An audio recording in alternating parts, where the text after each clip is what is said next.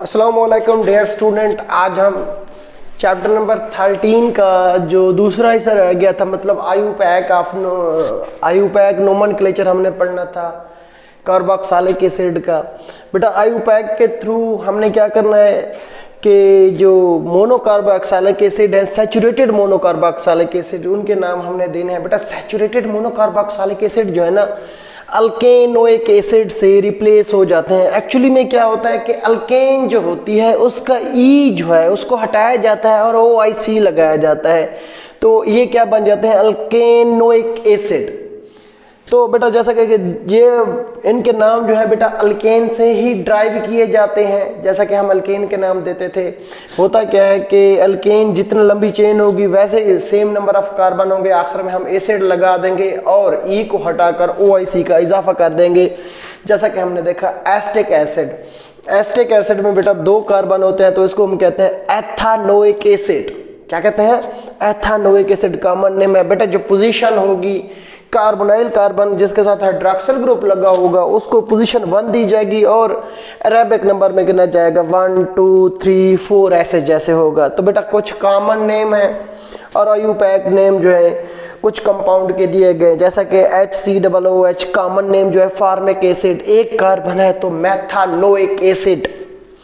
ये acetic acid में 2 carbon है तो इसको क्या कहेंगे, एथेनोइक एसिड। अब देखें 1 2 3 2 पोजीशन पे एथाइल ग्रुप लगा है, मिथाइल ग्रुप, तो 2 मिथाइल 3 है ना, प्रोपेनोइक एसिड। अगर कॉमन नेम देखें तो आइसोब्यूटेरिक एसिड कहा जाता है। ये है बेटा आयुपैक सिस्टम के थ्रू कार्बोक्सिलिक एसिड का नोमेनक्लेचर। अगर हम इनके आगे चलें तो जनरल मेथड है बेटा इनकी प्रिपरेशन के। तो अब जनरल मेथड में जो फर्स्ट मेथड आता है और मोस्ट अडॉप्टेबल है कि प्राइमरी अल्कोहल से हम कैसे हासिल कर सकते हैं। बेटा प्राइमरी अल्कोहल की अगर हम ऑक्सीडेशन करें किसी स्ट्रॉन्ग ऑक्सीडाइजिंग एजेंट के थ्रू तो बेटा वो आपको एल्डिहाइड देगा। एल्डिहाइड को आप मजीद ऑक्सीडाइज करेंगे तो वो क्या दे देगा, कार्बोक्सिलिक एसिड दे देगा। देखें जो बेटा जर्नल, ये कोई प्राइमरी अल्कोहल है, हमने पोटेशियम डाइक्रोमेट सल्फ्यूरिक एसिड की मौजूदगी में इसका रिएक्शन करवाएंगे जो कि ऑक्सीडाइजिंग स्ट्रॉन्ग ऑक्सीडाइजिंग एजेंट के तौर पर काम करता है। ये क्या करेगा, इसे चेंज करेगा एल्डिहाइड में, फिर मजीद उसकी अगर ऑक्सीडेशन होगी तो वो बेटा कार्बोक्सिलिक एसिड में चेंज हो जाएगा। हमने इधर मिसाल दिया एथाइल अल्कोहल की या एथेनॉल की, इसकी ऑक्सीडेशन करवाई जा रही है सेम प्रोसीजर के through K2Cr2 potassium dichromate sulphuric acid की मौजूदगी में। ये एस्टल्डिहाइड देता है, एस्टल्डिहाइड की मजीद क्या करवाते हैं ऑक्सीडेशन, तो फिर वो क्या देता है बेटा एस्टिक एसिड या एथेनोइक एसिड। एल्डिहाइड जो है बेटा वो आपको पता है कि आसानी के साथ ऑक्सीडाइज हो जाते हैं क्योंकि इजीली ऑक्सीडाइज हो जाते हैं। तो जैसा कि Tollens reagent mild oxidising agent है उसके साथ भी क्या होता है बेटा ऑक्सीडाइज हो जाते हैं। टोलेंट रिएजेंट एक्चुअली क्या है, अमोनिकल सिल्वर नाइट्रेट का सोल्यूशन है। ये देखिए एस्टल्डिहाइड है, एक एल्डिहाइड है भाई, इसकी हमने ऑक्सीडेशन करवाई तो ये क्या कार्बोक्सिलिक एसिड हो गया। दूसरे नंबर पे जो प्रिपरेशन है वो है जी अल्केन नाइट्राइल। ऐसे कंपाउंड जिनमें कार्बन के साथ ट्रिपल बॉन्ड नाइट्रोजन हो, मतलब साइनाइड ग्रुप लगा हो, उन्हें अल्केन नाइट्राइल कहते हैं। अगर अल्केन नाइट्राइल की हम हाइड्रोलिसिस करवाएं एसिड की मौजूदगी में तो आपको क्या दे देते हैं, कार्बोक्सिलिक एसिड दे देते हैं। देखें बेटा ये अल्केन नाइट्राइल है, ये साइनाइड ग्रुप, मिथाइल नाइट्राइल इसे कहेंगे। मिथाइल के साथ कार्बन ट्रिपल बॉन्ड नाइट्रोजन है, वाटर की मौजूदगी और एसिड जो रिएक्शन करवाते हैं तो अमोनियम क्लोराइड और आपके पास क्या बनता है, एक कार्बोक्सिलिक एसिड। बेटा तीसरे नंबर पे है ग्रिग्नार्ड रिएजेंट से हम कैसे प्रिपेयर्ड कर सकते हैं।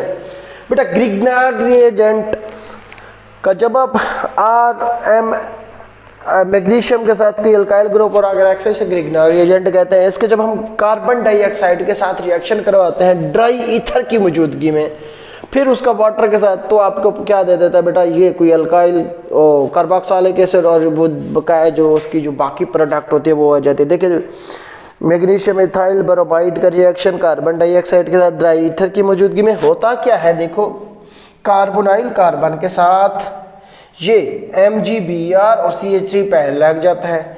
तो अब करना क्या है कि एक वाटर जो है बेटा एसिड की मौजूदगी में H इधर लग जाता है और OH जो है इस मैग्नीशियम के साथ ऐड हो जाता है। इस तरह से हम क्या कर सकते हैं, ग्रिग्नार्ड रिएजेंट से भी इसको प्रिपेयर कर सकते हैं। चौथे नंबर पे जो है हाइड्रोलिसिस ऑफ ईथर, बेटा ईथर से भी हम इसको प्रिपेयर कर सकते हैं, क्योंकि हम ईथर लेते हैं, उसको सोडियम हाइड्रोक्साइड के साथ रिएक्शन कराएंगे तो सोडियम साल्ट जो होगा एसिड का, कार्बोक्सिलिक एसिड का तैयार हो जाएगा, उसको हम HCl के अंदर ऐड करेंगे तो आपको कार्बोक्सिलिक एसिड मिल जाएगा। ये देखिए बेटा इथाइल एसीटेट, कोई एक एस्टर है, सोडियम हाइड्रोक्साइड के साथ रिएक्ट किया तो वैसे सोडियम साल्ट बन गया, इथाइल अल्कोहल गया, एथेनॉल या इथाइल अल्कोहल। इसको HCl के साथ मजीद रिएक्ट कराते तो आपके पास कार्बोक्सिलिक एसिड आ जाता है।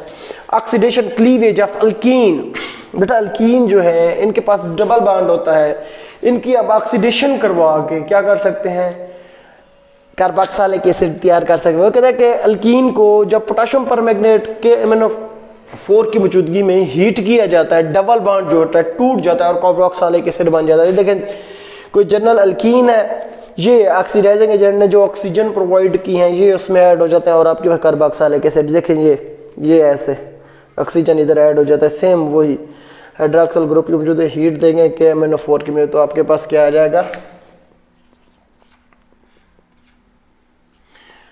एसिटिक एसिड या एथेनोइक एसिड। बेटा ये थे जनरल मेथड ऑफ प्रिपरेशन, 5 हैं आप लोगों ने करने हैं। तो ओके जी, फिर नेक्स्ट लेक्चर मिलते हैं। अल्लाह हाफिज़।